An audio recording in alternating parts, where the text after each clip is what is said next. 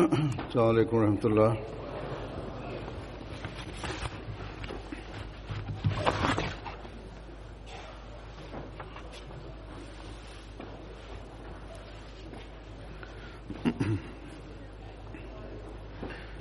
أشهد أن لا إله إلا الله وحده لا شريك له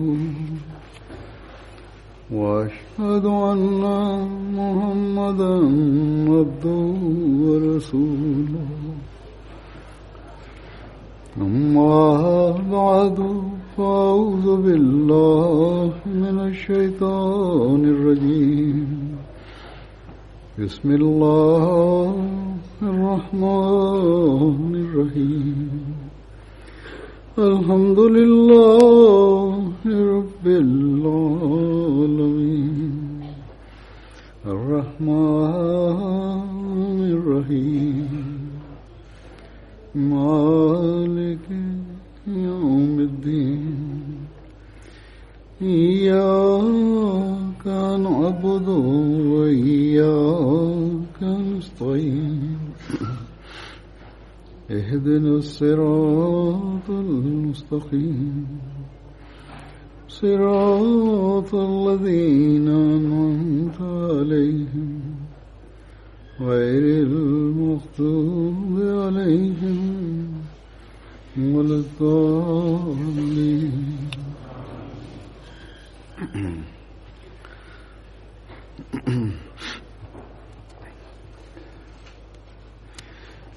ഇന്ന് അള്ളാഹുവിന്റെ അനുഗ്രഹത്താൽ നിങ്ങളുടെ ജൽസ സാലാന ആരംഭിക്കുകയാണ്. ഹദ്റത്ത് മസീഹ് മൗഊദ് അലൈഹി സ്വലാത്തു വസ്സലാം ജൽസക്ക് പൂർണ്ണമായും ദീനീ സമ്മേളനം എന്ന പേരാണ് നൽകിയിട്ടുള്ളത്.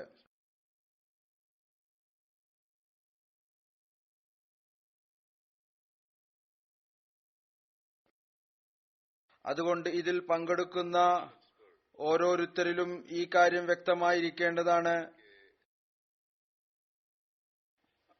മതപരവും വൈജ്ഞാനികവും ആത്മീയവുമായ ഉന്നമനത്തിനു വേണ്ടി, പുരോഗതിക്കു വേണ്ടിയാണ് ഇന്ന് നാം ഇവിടെ ഒരുമിച്ചു കൂടിയിരിക്കുന്നത്. 3 ദിവസം ഈ ഒരു ചിന്തയോടുകൂടി, ഈ ഒരു വ്യാകുലതയോടുകൂടി ഇവിടെ ഒരുമിച്ചു കൂടുന്നതായിരിക്കും. എങ്ങനെയാണ് നമുക്ക് നമ്മുടെ മതപരവും വൈജ്ഞാനികവും ആത്മീയവുമായ അവസ്ഥയെ മെച്ചപ്പെടുത്താൻ സാധിക്കുക? അഥവാ ഇതല്ല ചിന്ത എങ്കിൽ ഇവിടെ വരുന്നത് നിഷ്പ്രയോജനമാണ്. ഇന്നത്തെ ഈ കാലഘട്ടത്തിൽ ലോകം അള്ളാഹുവിനെ വിസ്മരിച്ചുകൊണ്ടിരിക്കുകയാണ്. എല്ലാ മതങ്ങളിൽ വിശ്വസിക്കുന്നവരും തങ്ങളുടെ മതത്തിൽ നിന്ന് വിദൂരപ്പെട്ടുകൊണ്ടിരിക്കുകയാണ്.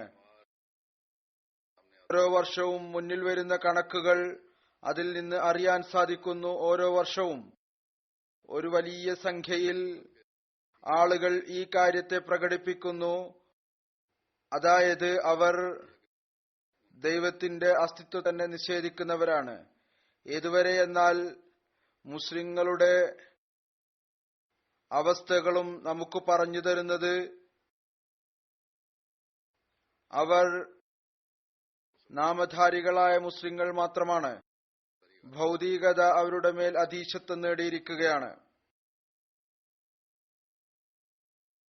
അത്തരം സാഹചര്യത്തിൽ അഥവാ നമ്മളും ആരാണോ ഈ ഒരു വാദം ഉന്നയിക്കുക, നാം കാലഘട്ടത്തിലെ ഇമാമിനെ വിശ്വസിച്ചിരിക്കുന്നു, അദ്ദേഹത്തിൽ നാം വിശ്വസിച്ചിരിക്കുന്നു, ആരാണോ റസൂലുള്ളാഹി സ്വല്ലല്ലാഹു അലൈഹി വസല്ലമയുടെ പ്രവചനം അനുസരിച്ചുകൊണ്ട് അള്ളാഹു ഈ കാലഘട്ടത്തിൽ ദീനിന്റെ പുനരുജ്ജീവനത്തിനു വേണ്ടി അയച്ചിരിക്കുന്നത്. ഇപ്പോൾ നമ്മുടെ വാദം ഇതാണ്: നമ്മളും ഏതൊരു മസീഹെ മഊദിനെയും മഹ്ദി മഊദിന്റെയും മിഷനാണോ ആ മിഷൻ പൂർത്തീകരിക്കുന്നതാണ്. അഥവാ നമ്മൾ നമ്മുടെ അവസ്ഥകൾ മെച്ചപ്പെടുത്തുന്നതിലേക്ക് ശ്രദ്ധിക്കുന്നില്ല എങ്കിൽ, നമ്മൾ ഹദ്റത്ത് മസീഹ് മൗഊദ് അലൈഹി ഇസ്ലാമിന്റെ ബൈഅത്തിൽ വന്നത് പ്രത്യക്ഷത്തിലുള്ള ഒരു പ്രഖ്യാപനമാണ്. അത് ആത്മാവ് ശൂന്യമായതാണ് എങ്കിൽ, നമ്മുടെ ബൈഅത്തിന്റെ പ്രതിജ്ഞ പേരിന് വേണ്ടിയുള്ള ഒരു പ്രതിജ്ഞയാണ് എങ്കിൽ അത് നമ്മൾ പൂർത്തിയാക്കുന്നില്ല എങ്കിൽ, നമ്മളിവിടെ ജൽസയിൽ ഒരുമിച്ചു കൂടുന്നത് ഒരു ഭൗതിക മേളയിൽ ഒരുമിച്ചു കൂടുന്നത് പോലെയാണ്. ഓരോ അഹമ്മദിക്കും ഇത് വളരെയധികം ചിന്തിക്കേണ്ട ഒരു സ്ഥാനമാണ്.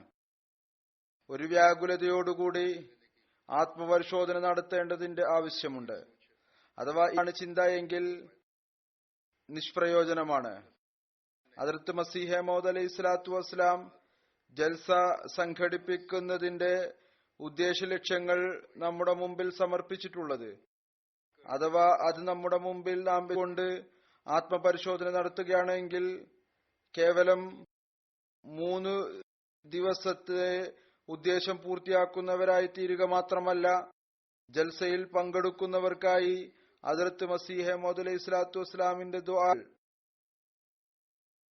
അത് കരസ്ഥമാക്കുന്നവരായി മാറുകയല്ല എന്ന് മാത്രമല്ല, മറിച്ച്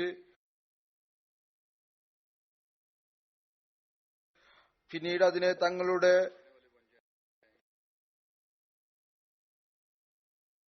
ജീവിതത്തിന്റെ ഭാഗമാക്കി മാറ്റിയെടുത്തുകൊണ്ട് തങ്ങളുടെ ഈ ലോകവും പരലോകവും മനോഹരമാക്കി തീർക്കും എന്ന് മാത്രമല്ല, തങ്ങളുടെ അവസ്ഥകൾ മെച്ചപ്പെടുത്തിക്കൊണ്ട് നമ്മുടെ സൽക്കർമ്മങ്ങൾ കരസ്ഥമാക്കിക്കൊണ്ട് നമ്മുടെ വരാനിരിക്കുന്ന തലമുറകൾ ദീനിൽ നിലനിൽക്കുകയും അവരെ അള്ളാഹുവിന്റെ സമീപസ്ഥരാക്കി മാറ്റുകയും ചെയ്തുകൊണ്ട് അവരെയും അള്ളാഹുവിന്റെ അനുഗ്രഹങ്ങൾ കരസ്ഥമാക്കുന്നവരാക്കി മാറ്റുന്നതാണ്.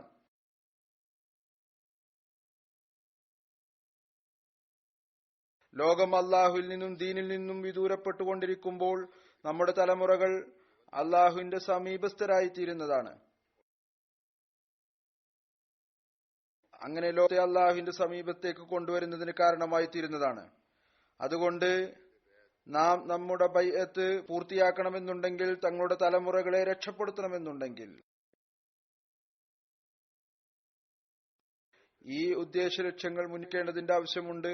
ഏതാണോ ജൽസയുടെ സംഘാടനത്തിന്റെ പിന്നിലുള്ളത്, ഈ 3 ദിവസം ആ പ്രതിജ്ഞയോടുകൂടി ജീവിതം കഴിച്ചുകൂട്ടേണ്ടതിന്റെ ആവശ്യമുണ്ട്. ഈ കാര്യങ്ങൾ ഇനി നമ്മുടെ ജീവിതത്തിന്റെ ഭാഗമായി എപ്പോഴും നിലനിൽക്കുന്നതാണ്. ഹദ്റത്ത് മസീഹ് മൗഊദ് അലൈഹി സ്വലാത്തു വസ്സലാം ഈ ഉദ്ദേശ ലക്ഷ്യങ്ങൾ വിവരിച്ചുകൊണ്ട്, അതായത് ജൽസയുടെ ഉദ്ദേശ ലക്ഷ്യങ്ങൾ വിവരിച്ചിരിക്കുന്നത്, അതിനെക്കുറിച്ച് പറയുകയുണ്ടായി, ആഖിറത്തിനെ കുറിച്ചുള്ള വ്യാകുലത ഉണ്ടാകണം. ജൽസയിൽ വരുന്ന ആളുകൾക്ക് ആഖിറത്തിനെ കുറിച്ചുള്ള ചിന്തയുണ്ടാകണം. അവർ ഇവിടെ ഈ അന്തരീക്ഷത്തിൽ ജീവിച്ചുകൊണ്ട് അവർ തങ്ങളുടെ ആഖിറത്തിനെ കുറിച്ച് വ്യാകുലപ്പെടണം. അള്ളാഹുവിനോടുള്ള ഭയം ഉണ്ടാകണം, തഖ്വയിൽ ഉണ്ടാകണം, മൃദുല ഹൃദയം അവരിൽ ഉണ്ടാകണം, പരസ്പരമുള്ള സ്നേഹത്തിന്റെയും സാഹോദര്യത്തിന്റെയും അന്തരീക്ഷം ഉണ്ടാകണം, വിനയവും എളിമയും അവരിൽ ഉണ്ടാകണം, സത്യത്തിൽ അവർ നിലനിൽക്കണം, ദീനീ സേവനത്തിനായി ഊർജ്ജസ്വലരായി മാറണം. ഇതാണ് ഇന്ന് നമ്മൾ ഇവിടെ ഒരുമിച്ചു കൂടുന്നതിന്റെ ഉദ്ദേശ ലക്ഷ്യങ്ങൾ. അങ്ങേ വിശ്വസിക്കുന്നവർ, ഓ സ്ത്രീയും പുരുഷനും യുവാവും വൃദ്ധനും, അങ്ങയുടെ ഈ നിർദ്ദേശം അനുസരിച്ചുകൊണ്ട് ആഖിറത്തിനെ കുറിച്ച് ഇത്രമാത്രം വ്യാകുലത ഉണ്ടായിരിക്കണം. ഭൗതികമായ വസ്തുക്കൾ ഇതിനെതിരിൽ ഒരു പ്രാധാന്യവും ഉണ്ടാകരുത്. ഈ ഭൗതിക ലോകത്ത് ജീവിച്ചുകൊണ്ട് തന്നെ ഇത് വലിയ ഒരു ജോലിയാണ്, വലിയ ഒരു ചാലഞ്ചാണ്. അത് പൂർത്തിയാക്കുന്നതിനായി വലിയ ജിഹാദിന്റെ ആവശ്യമുണ്ട്. ആഖിറത്തിനെ കുറിച്ചുള്ള വ്യാകുലത ഉണ്ടാവുക എപ്പോഴാണോ അള്ളാഹുവിന്റെ അസ്തിത്വത്തിൽ പൂർണ്ണമായ വിശ്വാസം ഉണ്ടാകുന്നത്, ഈ കാര്യത്തിൽ വിശ്വാസം ഉണ്ടാകുന്നത്. ഈ ജീവിതം ഏതാനും വർഷത്തേക്കുള്ളതാണ്. കൂടിയാൽ ചിലർ 80 വയസ്സ് അല്ലെങ്കിൽ 90 വയസ്സ് അല്ലെങ്കിൽ പരമാവധി 100 വയസ്സ് വരെ ജീവിക്കുന്നു. എന്നാൽ ഇത്രയും കാലഘട്ടം എല്ലാവർക്കും ലഭിക്കുകയുമില്ല. ഒരുപാട് പേരുണ്ട് അതിനൊക്കെ മുമ്പ് തന്നെ ഈ ലോകം നിന്ന് കടന്നു പോകുന്നു. അതിനുശേഷം ആഖിറത്തിന്റെ ജീവിതമാണുള്ളത്, അതെന്നും നിലനിൽക്കുന്നതാണ്. അതുകൊണ്ട് ബുദ്ധിമാനായ മനുഷ്യൻ അയാളാണ് ആരാണോ താൽക്കാലിക വസ്തുക്കൾക്ക് സ്ഥായിയായ വസ്തുക്കൾക്ക് വേണ്ടി ത്യജിക്കുന്നത്. എന്നാൽ എന്താണ് നടക്കുന്നത്? നാം ഈ താൽക്കാലിക വസ്തുവിനു വേണ്ടി, ഈ താൽക്കാലിക ജീവിതത്തിനു വേണ്ടി സ്ഥായിയായ ജീവിതത്തെ ത്യജിക്കുന്നു. പിന്നീട് തങ്ങളെ സ്വയം ഈ ഭൗതികരായവർ വലിയ ബുദ്ധിശാലികളായി മനസ്സിലാക്കുകയും ചെയ്യുന്നു. അതുകൊണ്ടൊരു മുഅ്മിൻ ഇതിന് വിരുദ്ധമായിട്ടാണ് പ്രവർത്തിക്കുന്നത്. അങ്ങനെയാണ് ചെയ്യേണ്ടതും. അപ്പോഴായിരിക്കും മുഅ്മിൻ എന്ന് വിളിക്കപ്പെടുക. അദ്ദേഹം തന്റെ ഹൃദയത്തിൽ അള്ളാഹുവിനോടുള്ള ഭയം ഉള്ള ആളായിരിക്കും. അള്ളാഹുവിന്റെ ഖശിയത്ത് അദ്ദേഹത്തിന്റെ ഹൃദയത്തിലുണ്ടാകും. അള്ളാഹുവിനോടുള്ള സ്നേഹം എല്ലാവിധത്തിലുള്ള ഭൗതിക സ്നേഹത്തിനും മേൽ അതീശത്വം നേടുന്നതായിരിക്കും. ഭയവും അള്ളാഹുവിനോടുള്ള ഖശിയത്തും ശിക്ഷ ലഭിക്കും എന്ന കാരണം കൊണ്ടായിരിക്കുകയില്ല. മരണാനന്തര ജീവിതത്തിൽ ശിക്ഷ ലഭിക്കും എന്നതുകൊണ്ടായിരിക്കുകയില്ല. മറിച്ച് എന്റെ പ്രിയപ്പെട്ട അള്ളാഹു എന്നോട് നീരസപ്പെടുമോ എന്നതുകൊണ്ടായിരിക്കും. ഈ സ്നേഹത്തിന്റെ വികാരം ഉണ്ടാകുമ്പോഴായിരിക്കും മനുഷ്യൻ അള്ളാഹുവിന്റെ കൽപ്പനകൾ അനുസരിച്ച് പ്രവർത്തിക്കുവാൻ പരിശ്രമിക്കുക.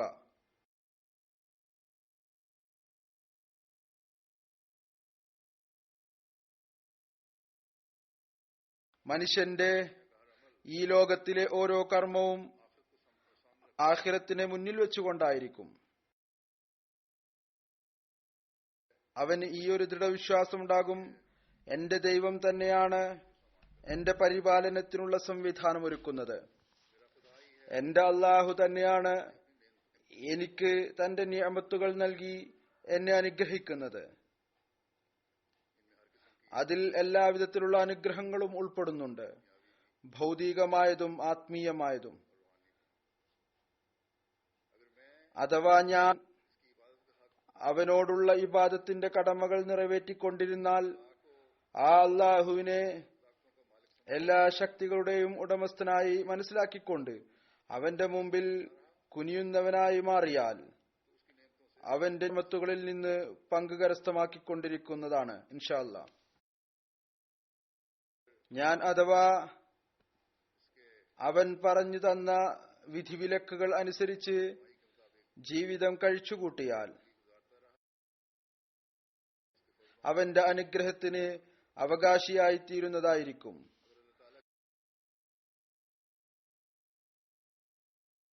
അഥവാ അള്ളാഹുവിനെ പരിപൂർണമായ നിലയിൽ അനുസരിച്ചുകൊണ്ട് തഖ്വയിൽ നിലനിന്നുകൊണ്ട് അവന്റെ ദാസരോടുമുള്ള കടമകൾ നിറവേറ്റിക്കൊണ്ടിരുന്നാൽ അവൻ എന്നിൽ തൃപ്തിപ്പെടുന്നതായിരിക്കും.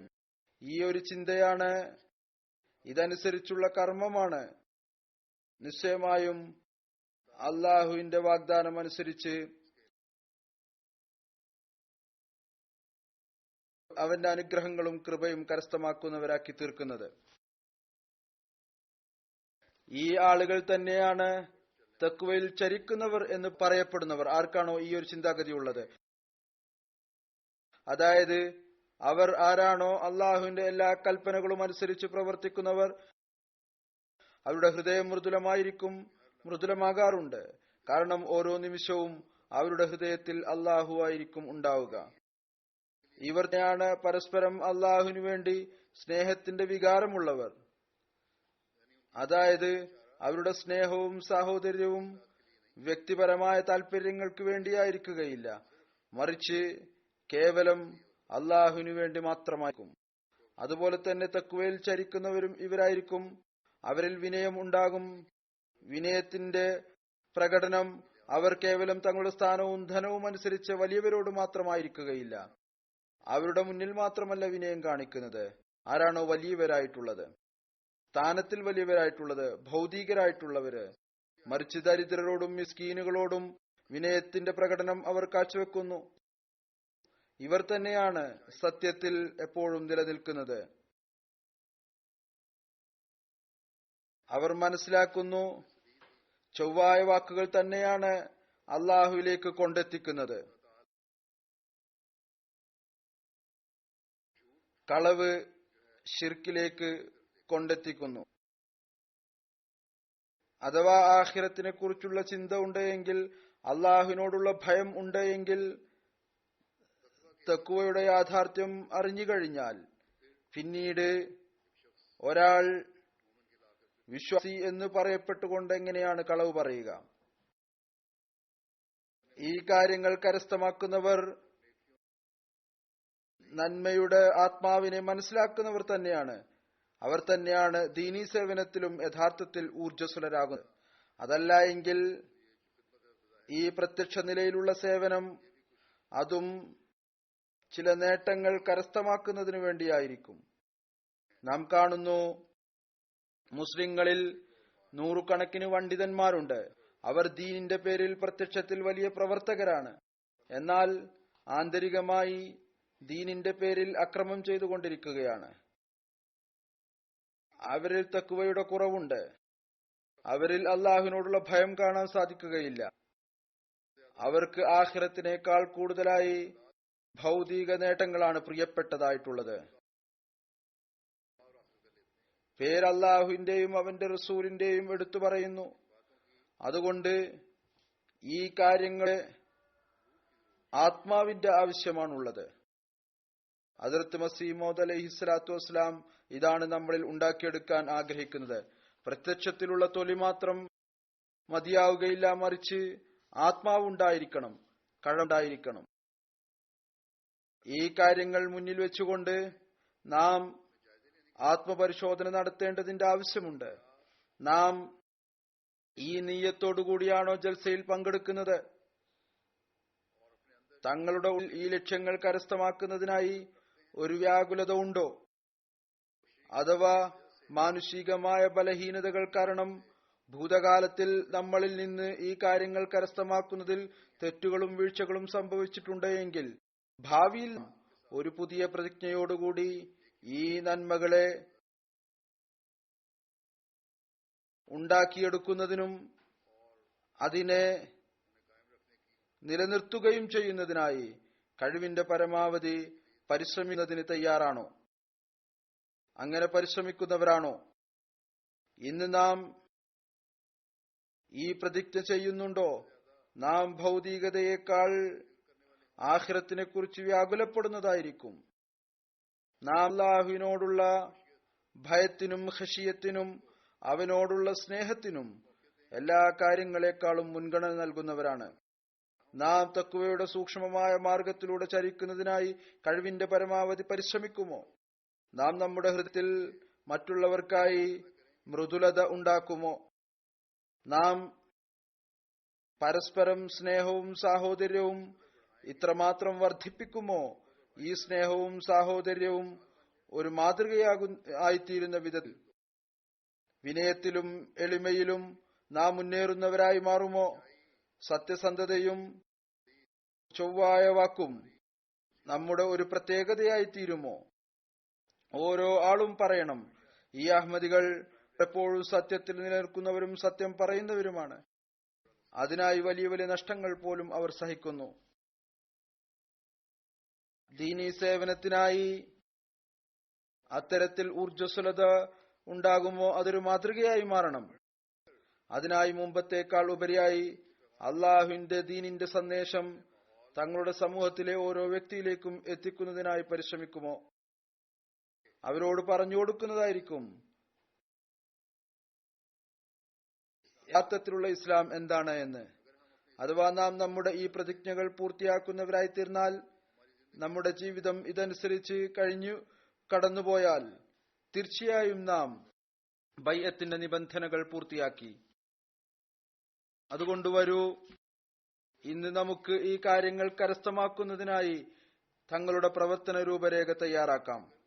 ആഖിറത്തിനെ കുറിച്ചുള്ള വ്യാകുലതയും അള്ളാഹുവിനോടുള്ള ഭയം ഉള്ള ആളും ഏറ്റവും ആദ്യം തന്റെ ഇബാദത്തിലേക്കാണ് ശ്രദ്ധിക്കുക, ഇബാദത്തിന്റെ സംരക്ഷണത്തിലേക്കാണ് ശ്രദ്ധിക്കുക. ഈ കാര്യത്തിലേക്ക് നോക്കുന്നു.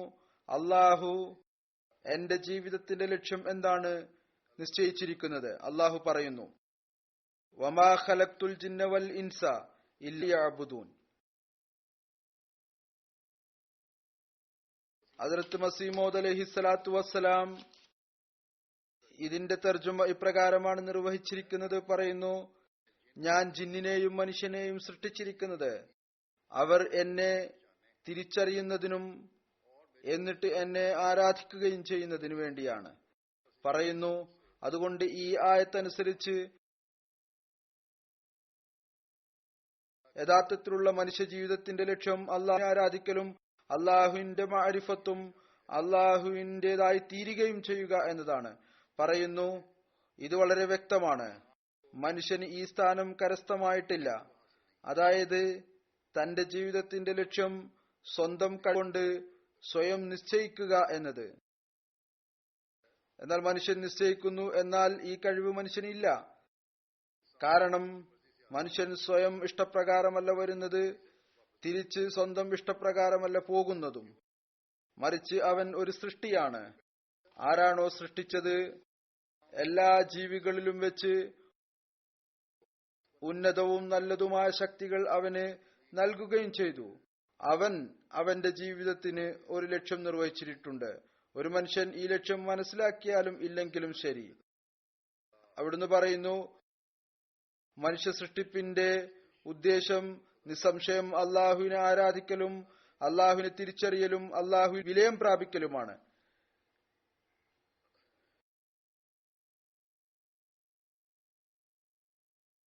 ഈ ലക്ഷ്യം പൂർത്തിയാക്കുന്നതിനായി അള്ളാഹു നമുക്ക് ഇബാദത്തിന്റെയും ആരാധനയുടെയും മാർഗം പഠിപ്പിച്ചു തന്നിരിക്കും. അതെന്താണ്? അത് നമസ്കാരം നിലനിർത്തുക എന്നതാണ്. അള്ളാഹു പറയുന്നു, ഇന്നസ്സലാത്ത കാനത് അലൽ മുഅ്മിനീന കിതാബം മഅ്കൂത.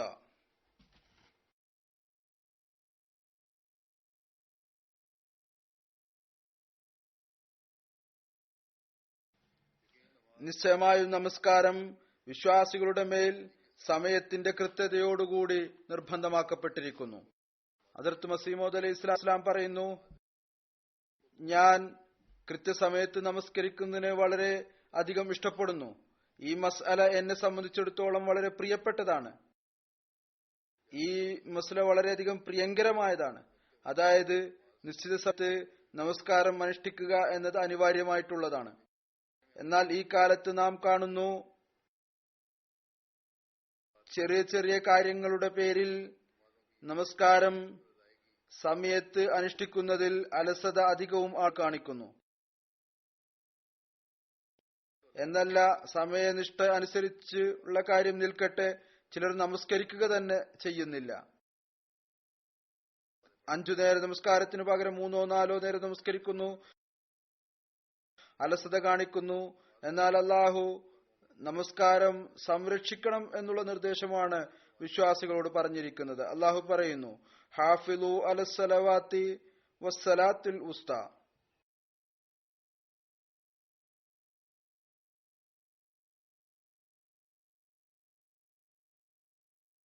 നമസ്കാരങ്ങൾ, പ്രത്യേകിച്ച് മധ്യ നമസ്കാരം സംരക്ഷിക്കുക. എന്നാൽ കച്ചവടങ്ങളും ജോലികളും കാരണം നമ്മളിൽ ചിലർ ളുഹർ അസർ നമസ്കാരം പാഴാക്കി കളയുന്നു. TV പരിപാടികൾ കാരണം അല്ലെങ്കിൽ വൈകുന്നേരമുള്ള തങ്ങളുടെ ചില വ്യക്തിപരമായ പരിപാടികൾ കാരണം മഗ്‌രിബ് ഇശാ നമസ്കാരങ്ങൾ പാഴാക്കി കളയുന്നു. ഉറക്കത്തിന്റെ കാരണം പറഞ്ഞ് സുബഹി നമസ്കാരം പാഴാക്കി കളയുന്നു. നമ്മളിൽ ഓരോരുത്തരും ആത്മപരിശോധന നടത്തേണ്ടതിന്റെ ആവശ്യമുണ്ട്. നാം അള്ളാഹുവിന്റെ കൽപ്പന അനുസരിച്ച് പ്രവർത്തിക്കുന്നുണ്ടോ അതോ ഇല്ലേ? ജമാഅത്തിന്റെ പ്രത്യേക പരിപാടികളിലും റമദാൻ മാസത്തിലും ജമാഅത്തായി നമസ്കരിച്ചുകൊണ്ട് നാം മനസ്സിലാക്കുന്നു നാം അള്ളാഹുവിന്റെ കൽപ്പനകൾ അനുസരിച്ച് പ്രവർത്തിച്ചു എന്ന്. ബാക്കിയുള്ള മുഴുവൻ വർഷവും അതനുസരിച്ച് പ്രവർത്തിച്ചാലും എങ്കിലും ശരി, ഒരു വ്യത്യാസവും ഉണ്ടാകുന്നില്ല. എന്നാൽ ഈ കാര്യം കേൾക്കുകയും നോക്കുകയും ചെയ്യുക.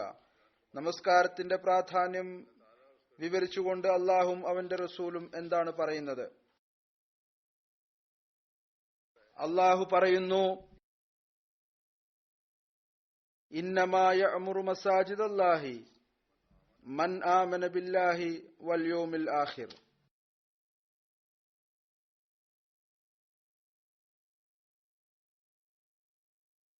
അള്ളാഹുവിന്റെ മസ്ജിദുകൾ അവരാണ് ജനനിബിഡമാക്കുന്നത് ആരാണോ അള്ളാഹുവിൽ വിശ്വസിക്കുകയും അന്ത്യദിനത്തിൽ വിശ്വസിക്കുകയും ചെയ്യുന്നത്. റസൂൽ തിരുമേനി സല്ലല്ലാഹു അലൈഹി വസല്ലം പറയുന്നു, നിങ്ങൾ ഏതെങ്കിലും ഒരാളെ പള്ളിയിൽ ആരാധനക്കായി വന്നു പോകുന്നത് കാണുകയാണ് എങ്കിൽ നിങ്ങൾ അയാൾ മുഅ്മിനാണ് എന്നതിന് സാക്ഷ്യം വഹിക്കുക. പറയുന്നു, അതിനുള്ള കാരണം അള്ളാഹു പറയുന്നു, അള്ളാഹു മസ്ജിദുകൾ അവരാണ് ജനനിബിഡമാക്കുന്നത് ആരാണോ അള്ളാഹുവിലും അന്ത്യദിനത്തിലും വിശ്വസിക്കുന്നത്. പറയുമ്പോൾ നമ്മളെല്ലാവരും സ്വയം വിശ്വസിച്ചവരാണ് എന്ന് പറയും. എന്നാൽ അള്ളാഹുവിന്റെയും അവന്റെ റസൂലിന്റെയും അടുത്ത് അയാളാണ് മുഅ്മിനായിട്ടുള്ളത് ആരാണോ അള്ളാഹുവിന്റെ ഭവനങ്ങളെ ജനനിബിഡമാക്കുന്നത്. അള്ളാഹുവിലും അന്ത്യദിനത്തിലും വിശ്വസിക്കുന്നവരാണവർ. ഇവിടെ ഈ ഒരു കാര്യം കൂടി വ്യക്തമായി, കേവലം പള്ളിയിൽ വരുന്നത് മാത്രം മതിയാവുകയില്ല, മറിച്ച് അള്ളാഹുവിലും അന്ത്യദിനത്തിലും ഉള്ള വിശ്വാസത്തോടൊപ്പം പള്ളിയിൽ വരേണ്ടതാണ്. ആർക്കാണോ ഈ ഒരു ചിന്തയുള്ളത് അവർക്ക് അള്ളാഹുവിനെ കുറിച്ചുള്ള ഭയമുണ്ടാകും. അവർ പള്ളിയിൽ വന്ന് ഫിത്നകൾ ഉണ്ടാക്കുകയില്ല.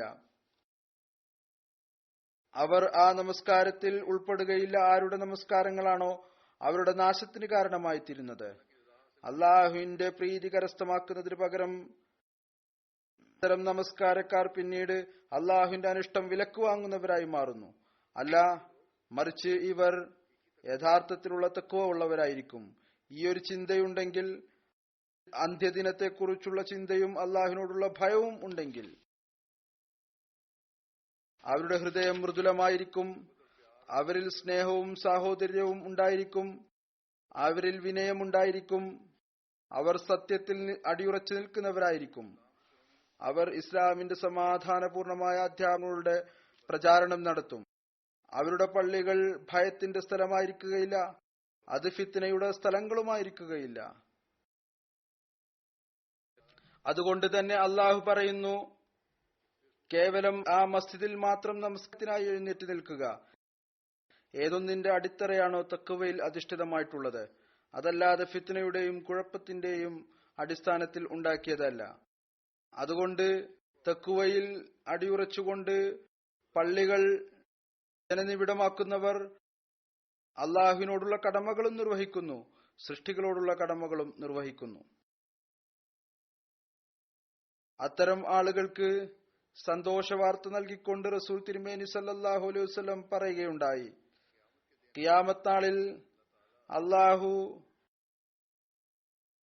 മനുഷ്യരിൽ നിന്ന് ആദ്യം കണക്കെടുക്കുന്നത് അതിനെക്കുറിച്ച് മലക്കുകളോട് പറയുന്നതായിരിക്കും, എന്റെ ദാസന്റെ നമസ്കാരത്തെ നോക്കുക. ആദ്യത്തെ കാര്യം ഈ കാര്യം നോക്കുക, ദാസൻ നമസ്കരിക്കാറുണ്ടോ അതോ ഇല്ലേ എന്ന്. ആരുടെ നമസ്കാരമാണോ പൂർത്തിയായിട്ടുള്ളത് അവരുടെ കർമ്മപുസ്തകത്തിൽ മുഴുവൻ നമസ്കാരവും എഴുതപ്പെടും. ആ കണക്ക് ക്ലിയർ ആയിത്തീരുന്നതാണ്.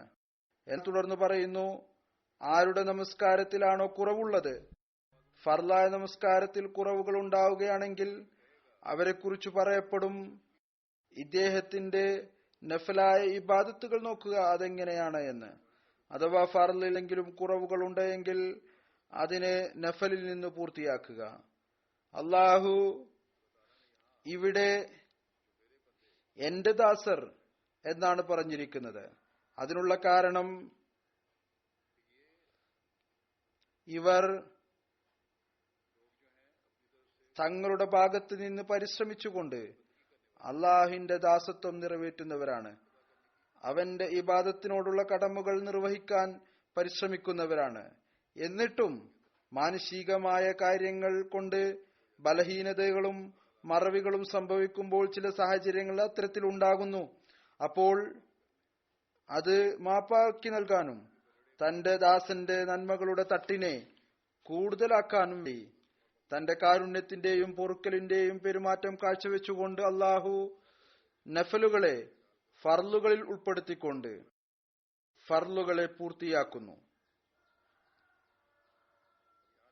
ഇവിടെ നോക്കുക, നഫലുകൾ നമസ്കരിക്കുന്നവരും അവരായിരിക്കും ആരാണോ പൂർണ്ണമായും അള്ളാഹുവിനെ ഭയപ്പെടുന്നത്. നഫൽ എന്ന് പറയുന്നത് പുറത്തു വന്ന് അനുഷ്ഠിക്കുന്ന ഒന്നല്ല, അത് രഹസ്യമായി അനുഷ്ഠിക്കുന്നതാണ്. ഒറ്റക്ക് അനുഷ്ഠിക്കുന്നതാണ്. ഈ നന്മ പിന്നീട് ചെയ്യുന്നതും അവരായിരിക്കും ആർക്കാണോ അള്ളാഹുവിനെ കുറിച്ചുള്ള ഭയമുള്ളത്. ഇവരെ കുറിച്ചാണ് അള്ളാഹു എന്റെ ദാസർ എന്ന് പറഞ്ഞിരിക്കുന്നത്.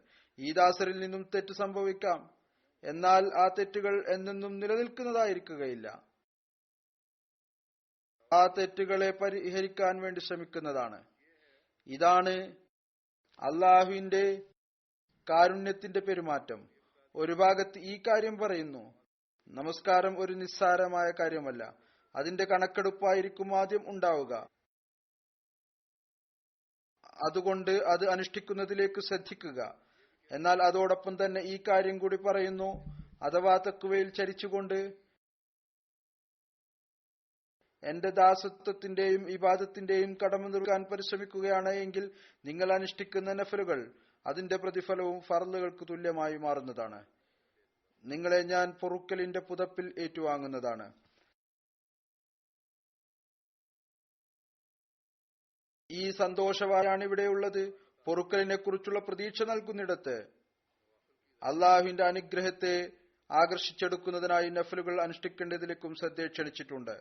വിശ്വാസി എന്ന് പറയുന്നത് അള്ളാഹുവിന്റെ ഭയം ഹൃദയത്തിൽ വെച്ചുകൊണ്ട് അവന്റെ അനുഗ്രഹങ്ങൾ ആകർഷിച്ചെടുക്കുന്നതിനായി തന്റെ ഫർളുകളിലേക്ക് ശ്രദ്ധിക്കുന്നതോടൊപ്പം നഫലുകളിലേക്കും ശ്രദ്ധിക്കേണ്ടതാണ്. അയാളുടെ ഫർളുകളുടെ കുറവുകൾ പൂർത്തിയായിക്കൊണ്ടിരിക്കുന്നതിനു വേണ്ടി. ഇവരാണ് യഥാർത്ഥത്തിൽ അള്ളാഹുവിനെ ഭയപ്പെടുന്നവർ, തഖ്വയിൽ ചരിക്കുന്നവർ. ഈ തഖ്വ കാരണം മറ്റു നന്മകൾ ചെയ്യുന്നതിലേക്കും ഇവർക്ക് ശ്രദ്ധയുണ്ടാകുന്നു. അവരുടെ ഹൃദയം പരസ്പരം മൃദുലമായതായിരിക്കും. പരസ്പരം പ്രതികാരം ചെയ്യുന്നതിന് പകരം പരസ്പരം മാപ്പു നൽകുന്നതിലേക്ക് ശ്രദ്ധിക്കുന്നതായിരിക്കും. അള്ളാഹുവിന്റെ സ്നേഹം കരസ്ഥമാക്കുന്നതിനായി പരസ്പരം സ്നേഹത്തിന്റെയും അനുകമ്പയുടെയും പെരുമാറ്റമുണ്ടായിരിക്കും. അവരുടെ ഹൃദയത്തിൽ വിനയവും ഉണ്ടാകും. പരസ്പരം ത്യാഗം ചെയ്യുന്നതിനുള്ള ആത്മാവ് ഉണ്ടായിരിക്കും. ഈ അർത്ഥത്തിൽ ഓരോരുത്തരും ആത്മപരിശോധന നടത്തേണ്ടതിന്റെ ആവശ്യമുണ്ട്. നമ്മളിൽ ഈ കാര്യങ്ങൾ ഉണ്ടോ? യഥാർത്ഥ ആബിദ് എല്ലാ തരത്തിലുള്ള നന്മകളും സ്വായത്തമാക്കാൻ വേണ്ടി പരിശ്രമിക്കുന്നു. അഥവാ ആരിലെങ്കിലും തന്റെ സഹോദരന് വേണ്ടി സ്നേഹത്തിന്റെ വികാരമില്ല എങ്കിൽ അയാളിൽ യഥാർത്ഥത്തിലുള്ള തഖ്വയില്ല. ആരിലാണോ മൃദുല ഹൃദയമില്ലാത്തത് അവരും തങ്ങളെക്കുറിച്ച് വ്യാകുലരാവുക. ആരെക്കൊണ്ടാണോ അയാളുടെ വീട്ടിൽ അയാളുടെ ഭാര്യയും മക്കളും പ്രയാസപ്പെടുന്നത് അവരും തഖ്വ ശൂന്യമായവരാണ്. ഏതൊരു ഭാര്യയാണോ തങ്ങളുടെ ഭർത്താക്കന്മാരോടും കുട്ടികളോടുമുള്ള കടമകൾ നിറവേറ്റാത്തത്, അനാവശ്യമായ ആവശ്യങ്ങൾ ഉന്നയിക്കുന്നത്, അവരുടെ ഹൃദയത്തിലും തഖ്വ ശൂന്യമാണ്. പരസ്പരമുള്ള ബന്ധങ്ങളിൽ അള്ളാഹുവിനു വേണ്ടി സ്നേഹത്തോടും മൃദുലതയോടും കൂടി പെരുമാറുന്നവർ അവർ തന്നെയാണ് യഥാർത്ഥത്തിൽ തഖ്വ ഉള്ളവർ. റസൂൽ തിരുമേനി സല്ലല്ലാഹു അലൈഹി വസല്ലം പറയുകയുണ്ടായി, അള്ളാഹു ഖിയാമത്ത് നാളിൽ പറയുന്നതായിരിക്കും, എവിടെയാണ് അവർ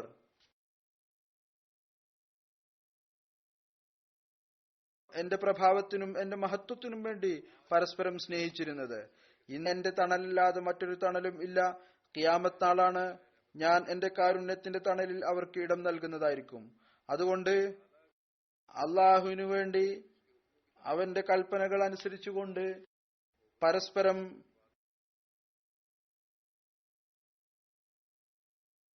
സ്നേഹത്തിന്റെ വികാരമുള്ളവർ അവർ തന്നെയാണ് അള്ളാഹുവിന്റെ സ്നേഹം ആകർഷിച്ചെടുക്കുന്നവർ. അല്ലെങ്കിൽ മറ്റു വാക്കുകളിൽ ആരാണോ അങ്ങനെ ചെയ്യാത്തത് അവർ അള്ളാഹുവിന്റെ അനിഷ്ടത്തിന് പാത്രീഭൂതരായിത്തീരുന്നതാണ്. ഈ ആത്മാവ് നമ്മളിൽ ഓരോരുത്തരും തങ്ങളുടെ ഉള്ളിൽ ഉണ്ടാക്കിയെടുക്കേണ്ടതിന്റെ ആവശ്യമുണ്ട്. നാം ഈ ഒരു മുദ്രാവാക്യം മുഴക്കുന്നു, എല്ലാവരോടും സ്നേഹം, ആരോടുമില്ല വെറുപ്പ്. ആദ്യം തങ്ങളുടെ വീട്ടിലും സമൂഹത്തിലും ഇത് പ്രകടമാക്കേണ്ടതിന്റെ ആവശ്യമുണ്ട്. ലോകത്തിന് യഥാർത്ഥ നിലയിൽ ഈ സന്ദേശം എത്തിക്കുന്നവരായി തീരുന്നതിനു വേണ്ടി. പിന്നീട് ഇത് അത്തരത്തിലുള്ളൊരു ജോലിയാണ്. അതിൽ അല്പം പരിശ്രമം നടത്തിക്കൊണ്ട്, അതികഠിനമായ പരിശ്രമം ഇല്ലാതെ നമുക്ക് അള്ളാഹുവിന്റെ കാരുണ്യ തണലിൽ ഇടം നേടാൻ സാധിക്കുന്നതുമാണ്. റസൂൽ തിരുമേനി സല്ലല്ലാഹു അലൈഹി വസല്ലം വിവിധ അവസരത്തിൽ സമൂഹത്തിലെ സമാധാനവും ശാന്തിയും നിലനിർത്തുന്നതിനു വേണ്ടിയും സ്നേഹവും സാഹോദര്യവും വളർത്തുന്നതിനു വേണ്ടിയും ഉപദേശങ്ങൾ നൽകിയിരിക്കുന്നു. അതിനെക്കുറിച്ച് ഒരവസരത്തിൽ പറഞ്ഞു, മുസൽമാന്റെ സഹോദരനാണ്. അവർ അയാളുടെ മേൽ അക്രമം ചെയ്യുകയില്ല, അയാളെ ഏകനായി വിടുകയും ചെയ്യുകയില്ല. പറയുന്നു, ഏതൊരാളാണോ തന്റെ ഒരു സഹോദരന്റെ ആവശ്യം പൂർത്തിയാക്കുന്നതിൽ മുഴുകിയിരിക്കുന്നത്, അയാളുടെ ആവശ്യങ്ങൾ പൂർത്തിയാക്കുന്നത്, അള്ളാഹു അയാളുടെയും ആവശ്യങ്ങൾ പൂർത്തിയാക്കി നൽകുന്നതാണ്. ആരാണോ ഏതെങ്കിലും മുസ്ലിമിന്റെ പ്രയാസം ദൂരീകരിക്കുന്നത്, അള്ളാഹു ഖിയാമത്ത് നാളിൽ അയാൾ പ്രയാസങ്ങളിൽ ഒരു പ്രയാസം അയാൾക്ക് കുറച്ചു നൽകുന്നതാണ്. ആരാണോ ഒരാളുടെ തെറ്റുകൾ മറച്ചുവെക്കുന്നത്, അള്ളാഹു ഖിയാമത്ത് നാളിൽ അയാളുടെ തെറ്റുകൾ മറച്ചുവെക്കുന്നതായിരിക്കും. അള്ളാഹു വിവിധ മാർഗത്തില് നമ്മുടെ മേൽ തന്റെ കാരുണ്യത്തിന്റെയും അനുകമ്പയുടെയും ദൃഷ്ടി പതിപ്പിക്കുന്നു, നമ്മുടെ പൊറുക്കലിനുള്ള സംവിധാനം ഒരുക്കി നൽകുന്നു. മനുഷ്യൻ തന്നെയാണ് തന്റെ യോഗ്യതയില്ലായ്മയും അഹങ്കാരവും ദുശാഠ്യവും കാരണം അല്ലാഹുവിനെ നീരസപ്പെടുത്തിക്കൊണ്ടിരിക്കുന്നത്. വളരെയധികം ഭയപ്പെടേണ്ട ഒരു സ്ഥാനമാണിത്.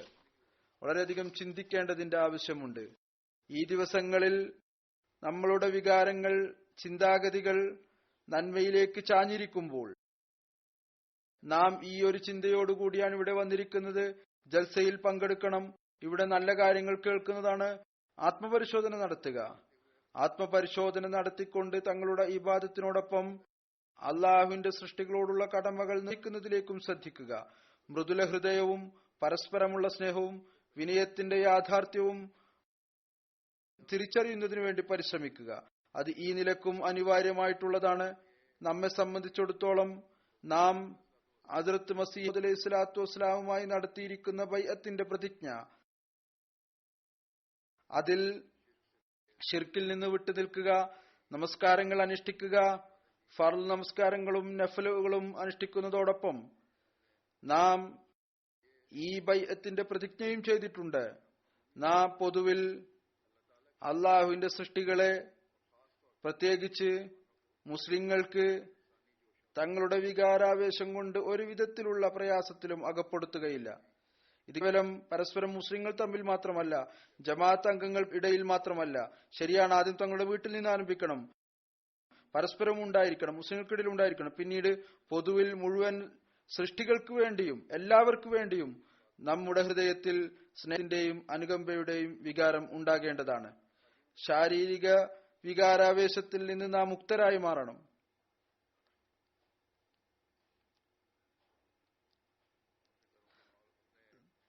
തങ്ങളുടെ കീഴിലുള്ളവരോടും നന്മ പ്രവർത്തിക്കുന്നവരായി മാറണം.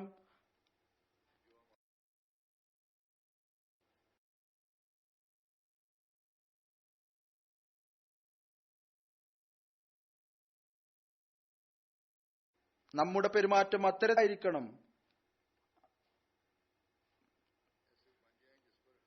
അതിനെക്കുറിച്ച് എല്ലാവരും നമ്മുടെ ഈ രീതിയും നമ്മുടെ നന്മകളും അളക്കാൻ ഉദ്ദേശിക്കുന്നുവെങ്കിൽ അവർക്ക് അളക്കാൻ സാധിക്കണം. ഈ നിലവാരം, ഇവർ പറയുന്ന നിലവാരം, അതനുസരിച്ചാണോ? നാം അതനുസരിച്ച് പ്രവർത്തിക്കുന്നുണ്ടോ? അഥവാ ഇതാണ് നിലവാരം എങ്കിൽ മറ്റുള്ളവർ നമ്മളെ അളക്കുകയാണെങ്കിൽ, അവർ അതനുസരിച്ച് നമ്മളെ അളക്കുകയാണ്, തീർച്ചയായും അവർ അതുപോലെ തന്നെയാണെന്ന് പറയുകയെങ്കിൽ അപ്പോൾ മാത്രമേ നമുക്ക് പറയാൻ സാധിക്കുള്ളൂ നമ്മൾ യഥാർത്ഥത്തിലുള്ള മുഅ്മിൻ ആണ്, നാം ബൈഅത്തിനോടുള്ള കടമകൾ നിർവഹിക്കുന്നുണ്ട് എന്ന്. ഒരു നിബന്ധന, നാം ചെയ്യുന്ന ബൈഅത്തിൽ ഇതുകൂടി ഉണ്ട്: അഹങ്കാരം പൂർണ്ണമായി ഉപേക്ഷിച്ചുകൊണ്ട് വിനയത്തിന്റെയും ദരിദ്രഭാവത്തോടും കൂടി ജീവിക്കുന്നതാണ്. ഈ വിനയവും ദരിദ്രഭാവവും ഉണ്ടാക്കിയെടുക്കുക എന്നത് കേവലം ഹദ്റത്ത് മസീഹ് മൗഊദ് അലൈഹി ഇസ്ലാം ജൽസ സംഘടിപ്പിക്കുന്നതിന്റെ ലക്ഷ്യങ്ങളിൽ ഒരു ലക്ഷ്യം മാത്രമായിട്ടല്ല പറഞ്ഞിരിക്കുന്നത്, മറിച്ച് നാം അങ്ങയോട് ചെയ്ത ബൈഅത്തിന്റെ നിബന്ധന, അതിലുള്ള പ്രതിജ്ഞയാണിത്. ഞാൻ വിനയത്തോടും എളിമയോടും കൂടി ജീവിതം കഴിച്ചുകൂട്ടും. അതുകൊണ്ട് ഈ പ്രതിജ്ഞ പൂർത്തിയാക്കുക എന്നത് നമ്മുടെ ഉത്തരവാദിത്വമാണ്. ഇത് തന്നെയാണ് നമ്മെ സത്യസന്ധതയിലേക്ക് ചുവടുവെപ്പിക്കുന്നത്. നാം ചെയ്ത ബൈഅത്തിന്റെ പ്രതിജ്ഞ അത് പൂർത്തിയാക്കണം. അതുകൊണ്ട് ബൈഅത്തിന്റെ നിബന്ധനകളും നാം വായിച്ചുകൊണ്ടിരിക്കേണ്ടതാണ്, വായിച്ചുകൊണ്ടിരിക്കുക. നോക്കുക, നാം സത്യസന്ധതയോടുകൂടി അതിൽ നിലനിൽക്കുന്നുണ്ടോ? അതനുസരിച്ച് നമ്മുടെ ജീവിതം കഴിച്ചുകൂട്ടുന്നതിനായി ശ്രമിക്കുന്നുണ്ടോ? അഥവാ ഇല്ല എന്നാണ് എങ്കിൽ ലോകത്തിന്റെ പരിഷ്കരണത്തിന്റെ വാദം നാം ഉന്നയിക്കുന്നത് അത് തെറ്റാണ്. ഏറ്റവും ആദ്യം നാം നമ്മുടെ പരിഷ്കരണത്തിന് വേണ്ടി ശ്രമിക്കേണ്ടതായിട്ടുണ്ട്. അതല്ല നാം അങ്ങനെയുള്ള ആളുകളിൽ ഉൾപ്പെടുന്നതാണ്. അവർ പറയുന്നതൊന്നാണ്, ചെയ്യുന്നത് മറ്റൊന്നാണ്. അള്ളാഹു അത്തരം ആളുകളെ ഇഷ്ടപ്പെടുന്നില്ല. നമ്മുടെ കർമ്മം നമ്മുടെ സത്യത്തിന് പകരം നമ്മുടെ കളവിനെ സാക്ഷ്യപ്പെടുത്തുന്നതായിരിക്കും. ഈ വാക്കിന്റെയും പ്രവൃത്തിയുടെയും വൈരുദ്ധ്യമുണ്ടാകുമ്പോൾ ദീനീ സേവനത്തിന്റെ വാദം, അതിനുവേണ്ടിയുള്ള പ്രവർത്തനങ്ങളുടെ പ്രകടനം തെറ്റായി മാറുന്നതാണ്. നിശ്ചയമായും ഹദ്റത്ത് മസീഹ് മൗഊദ് അലൈഹി സ്വലാത്തു വസ്സലാം സത്യവാനാണ്. അങ്ങയുടെ വാദം സത്യമാണ്. നിശ്ചയമായും അള്ളാഹു അങ്ങയോട് വിജയത്തെക്കുറിച്ച് വാഗ്ദാനം ചെയ്തിട്ടുണ്ട്. നിശ്ചയമായും അള്ളാഹു അങ്ങേക്ക് ആത്മാർത്ഥരുടെ ജമാഅത്തിനെ നൽകും എന്ന് വാഗ്ദാനം ചെയ്തിട്ടുണ്ട്. എന്നാൽ നമ്മുടെ അവസ്ഥ അത്തരത്തിലല്ല എങ്കിൽ നമ്മൾ അവരിൽ ഉൾപ്പെടുകയില്ല. ആരാണോ അങ്ങയുടെ ജമാഅത്തിന്റെ സഹായികളായി മാറുന്നത്. അതുകൊണ്ട് ബൈഅത്തിന്റെ അനുഗ്രഹങ്ങൾ കരസ്ഥമാക്കുന്നതിനായി തങ്ങളുടെ അവസ്ഥകൾ പരിശോധിക്കലിന്റെ ആവശ്യമുണ്ട്. ജൽസയുടെ ലക്ഷ്യങ്ങൾ അവിടുന്ന് വിവരിച്ചിട്ടുള്ളത്, അതിനെക്കുറിച്ച് ചിന്തിക്കേണ്ടതിന്റെ ആവശ്യമുണ്ട്. ഭാഗ്യവശാൽ ജൽസയുടെ ഈ 3 ദിവസങ്ങൾ നമുക്ക് ഇതിനെക്കുറിച്ച് ചിന്തിക്കുന്നതിനു വേണ്ടിയാണ് ലഭിച്ചിരിക്കുന്നത്. ഈ ദിവസങ്ങളിൽ ഓരോരുത്തരും ആത്മപരിശോധന നടത്തുക. അതും ഇതും പറഞ്ഞ് തങ്ങളുടെ സമയം പാഴാക്കിക്കളയുന്നതിന് പകരം ദുആയിലേക്കും ഇസ്തിഗ്ഫാറിലേക്കും സ്വലാത്തിലേക്കും ശ്രദ്ധിക്കുന്നവരായി നാം മാറണം. അപ്പോഴായിരിക്കും നാം ഈ ജൽസയിൽ നിന്ന് യഥാർത്ഥത്തിൽ പ്രയോജനം എടുക്കുന്നവരായി മാറുക. ഹദ്റത്ത് മസീഹ് മൗഊദ് അലൈഹി സ്വലാത്തു വസ്സലാം പറയുന്നു, എന്റെ മുഴുവൻ ജമാഅത്തും ഈ വസിയത്ത് ശ്രദ്ധാപൂർവം കേൾക്കുക. അവർ ഈ ജമാഅത്തിൽ പ്രവേശിച്ചുകൊണ്ട് ഞാനുമായി ശിഷ്യത്വത്തിന്റെയും വിശ്വാസത്തിന്റെയും ബന്ധം വെച്ചിരിക്കുന്നു. അതുകൊണ്ടുള്ള ഉദ്ദേശം ഇതാണ്: അവർ നല്ല നടപ്പിലും നന്മയിലും തഖ്വയുടെ ഉന്നത നിലവാരത്തിലും എത്തിച്ചേരുക. ഒരു കുഴപ്പവും പ്രശ്നങ്ങളും നടപ്പും അവരുടെ സമീപത്ത് പോലും വരരുത്. ഇതാണ് തഖ്വയുടെ നിലവാരം. ഒരു തരത്തിലുള്ള ഒരു തിന്മയും അവരിൽ ഉണ്ടാകരുത്. പറയുന്നു,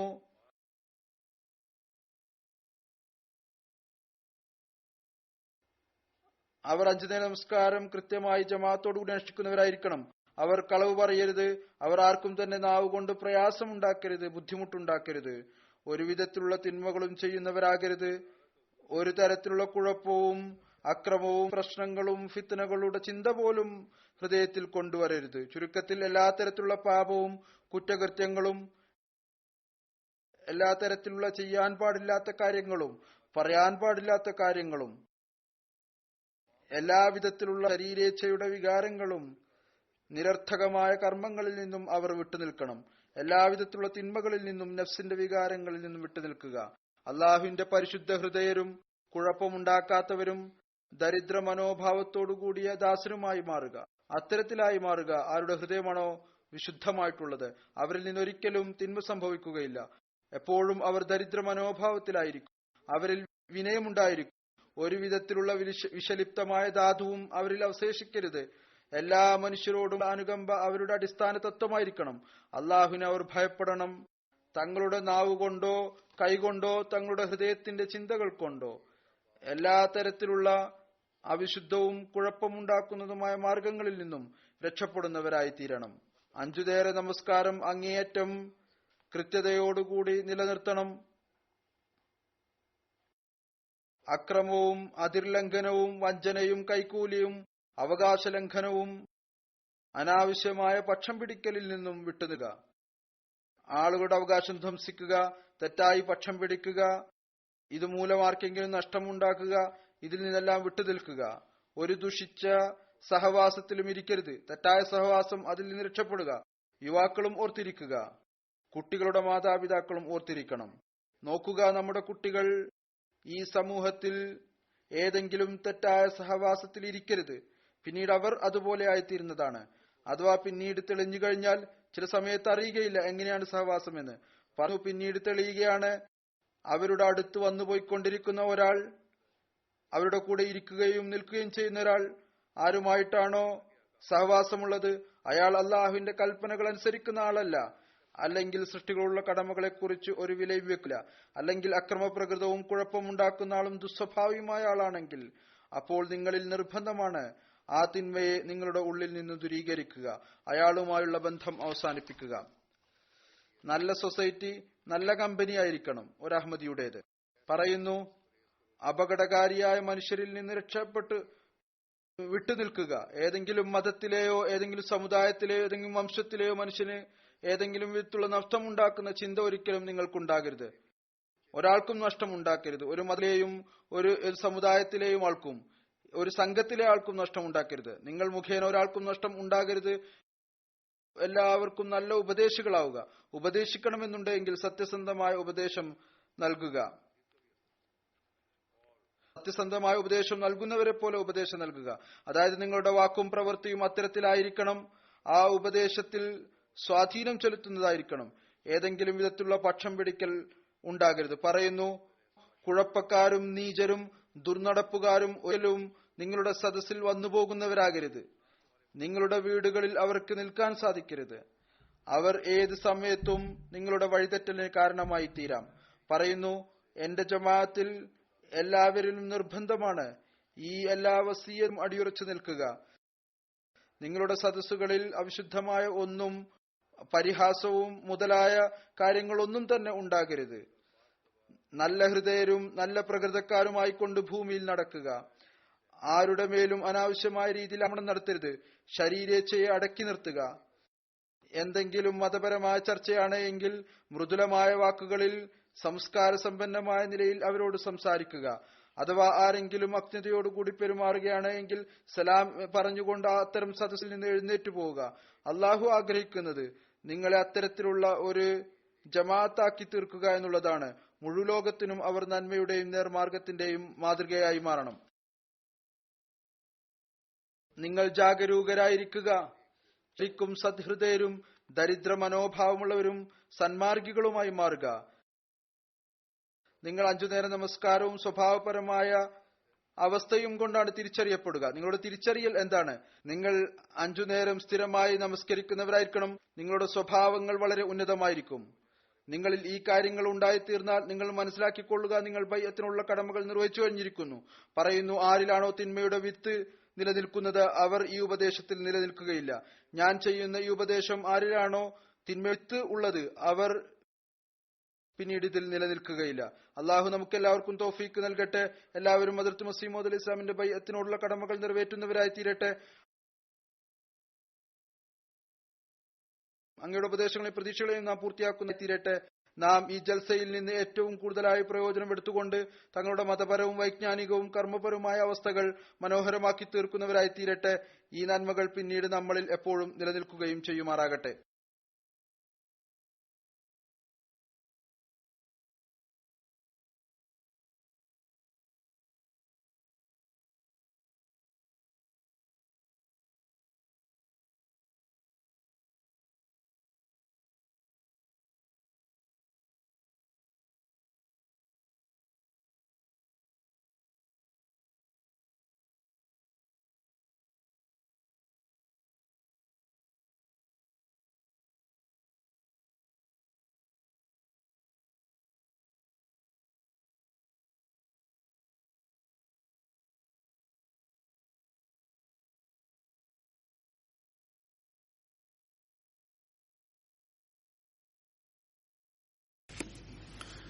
الحمد لله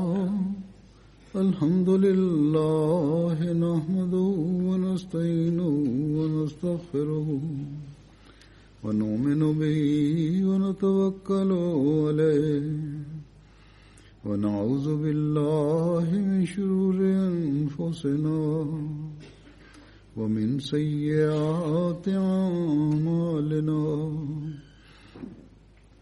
من يهده الله فلا مضل له ومن يضلل فلا هادي له ونشهد أن لا إله إلا الله ونشهد أن محمدا عبده ورسوله.